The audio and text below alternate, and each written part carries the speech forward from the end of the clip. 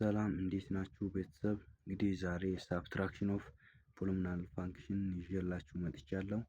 ባለፈው አዲሽን ኦፍ ፖሊኖሚያል ፋንክሽን አይተናል። ዛሬ ደግሞ በሳብትራክሽን ኦፍ ፖሊኖሚያል ፋንክሽን የሚሰጡንን ጥያቄዎች እንዴት በቀላሉ መስራት እንችላለን የሚለውን ዛሬ የምናይ ይሆናል። እንግዲህ በሳብትራክሽን ኦፍ ፖሊኖሚያል ፋንክሽን የሚሰጡንን ጥያቄዎች በቀላሉ ሶልቭ ለማድረግ እንግዲህ የምንጠቀመው ፎርሙላ ኤፍ ኦፍ ኤክስ ማይነስ ጂ ኦፍ ኤክስ የሚለውን እንግዲህ ሀሳብ ከያዝን ዛሬ የተሰጠን ኤግዛምፕል አለ። ያንን ኤግዛምፕል አብረን እናያለን።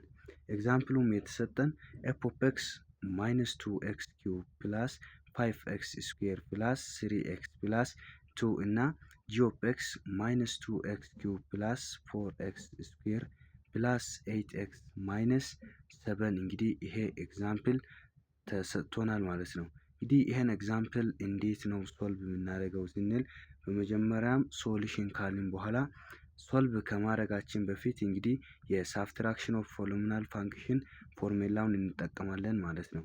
ኤፍ ኦፍ ኤክስ ማይነስ ጂ ኦፍ ኤክስ ካልን በኋላ እንግዲህ በብራኬት እንከፍታለን ማለት ነው። ብራኬት ከከፈትን በኋላ የኤፍ ኦፍ ኤክስን ሙሉ ዋጋ እንጽፋለን። ማይነስ 2x ኪዩብ ፕላስ 5x ስኩዌር ፕላስ 3x ፕላስ 2 ብለን እንደገና ብራኬቱን እንዘጋለን ማለት ነው። በእንዲህ አይነት መልኩ ከጻፍን እንደገና ማይነስ ብለን የጂ ኦፍ ኤክስ ዋጋ እንጽፋለን።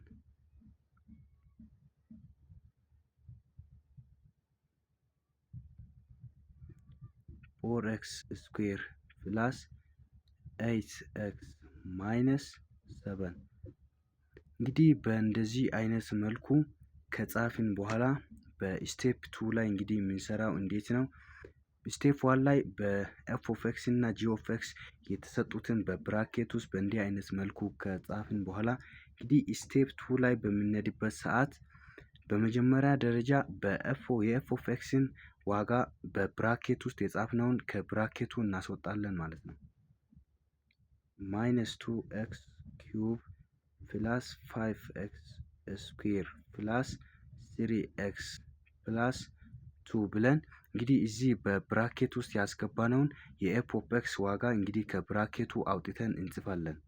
ይህን ካረግን በኋላ እንግዲህ በመቀጠል የምናስተውለው እንግዲህ እየሰራን ያለነው ይሄ በሳብትራክሽን ኦፍ ፖሊኖሚያል ፋንክሽን ስለሆነ ይሄ ማይነስ ሳይን ወይም በሌላ አነጋገር የጂ ኦፍ ኤክስ ዋጋዎችን ሁሉ ይቀይራል ማለት የጂ ኦፍ ኤክስን ሙሉ ሳይናቸው ይቀየራል። አሁን ማይነስ 2x ኪዩብ እዚህ ፕላስ 4x ስኩዌር እዚህ 8x እዚህ ደግሞ ማይነስ 7 የነዚህ ሙሉ ሳይናቸው ይቀየራል። ወይም በዚህ ማይነስ ሲባዙ የሁሉም ሳይን ስለሚቀየር ለምሳሌ ማይነስ ታይምስ ማይነስ 2x ኪዩብ ፕላስ 2x ኪዩብ ይሰጠናል። እንደገና ይሄን በዚህ ሲናባዛ ማይነስ 4x ስኩዌር እንላለን። እንደገና ይሄ በዚህ ማይነስን በፖዚቲቭ 8x ሲናባዛ እንደገና 8x ይሰጠናል። በመቀጠልም ይሄን ከዚህ ጋር እንደገና ማይነሱን ከማይነስ 7 ጋር ሲናባዛ ፕላስ 7 ይሰጠናል ማለት ነው።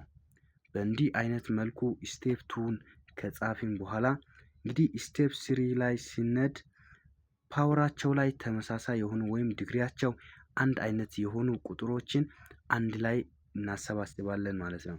አሁን እዚህ ማይነስ 2x ኪዩብ አለ፣ እዚህ ደግሞ ፕላስ 2x ኪዩብ አለ። አንድ ላይ እንጽፋለን። ፕላስ 2x ኪዩብ እንላለን። እንዲህ በብራኬት ውስጥ ኪዩቦቹን አንድ ላይ ካስቀመጥን በኋላ በመቀጠል ወደ ስኩዌር እንሄዳለን። እዚህ ጋር 5x ስኩዌር አለን፣ እዚህ ጋር ማይነስ 4x ስኩዌር አለን። እንደገና እሱን በብራኬት ውስጥ እንጽፋለን።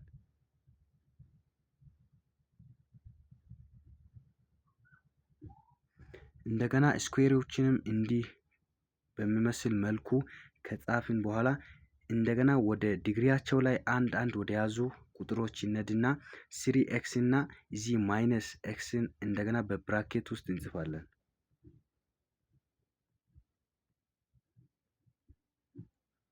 በእንዲህ አይነት መልኩ ከጻፍን በመጨረሻም ኮንስታንት ተርሞችን እዚህ 2 አለ፣ እዚህ ጋር ኮንስታንት ተርም 7 አለ። እንደገና ሁለቱም በብራኬት ውስጥ እንጽፋለን።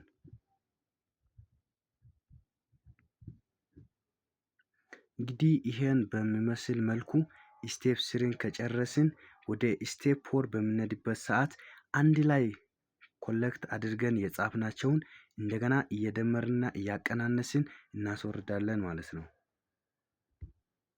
እዚህ ጋር -2x ኪዩብ አለ፣ እዚህ ጋር +2x ኪዩብ አለ። ይሄ ማለት -2 ሲደመር +2 ማለት 0 ነው የሚሆነው። በዚህን ጊዜ 0x ኪዩብ ይሆናል። በመቀጠል እዚህ 5x ስኩዌር አለ፣ እዚህ ጋር ደግሞ -4x ስኩዌር አለ። ይሄ ማለት 5 ሲቀነስ 4 ማለት ነው። 5 ሲቀነስ 4 1 ነው። በዚህን ሰዓት 1x ስኩዌር ይሆናል። እንደገና ይሄን ሁለቱን ከጨረስን በኋላ እዚህ ጋር ሲነድ 3x ማይነስ 8x ማለት -5x ይሆናል። እንዲህ ብለን ከጻፍን በመጨረሻም ኮንስታንት ተርሙ ላይ ሲነድ 2 ሲደመር 7 9። እንግዲህ ስቴፕ 4ን በእንዲህ አይነት መልኩ ከሰራን በኋላ በመጨረሻ የምንሰራው እንዴት ነው? 0x ኪዩብ ማለት ይሄ ቫልዩ ለስ ስለሆነ ይሄ ይጠፋል ማለት ነው።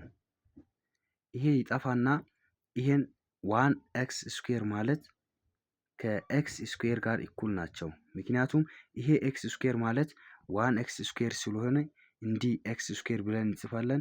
ቀጣይ ደግሞ እነዚህን እናመጣለን ማለት ነው።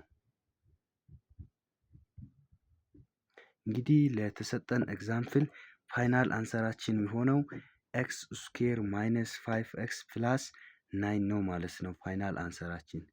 ጥያቄ ኮመንት ካላችሁ ማስቀመጥ ትችላላችሁ። በሌላ ቪዲዮ እስከምንገናኝ ድረስ መልካም ቆይታ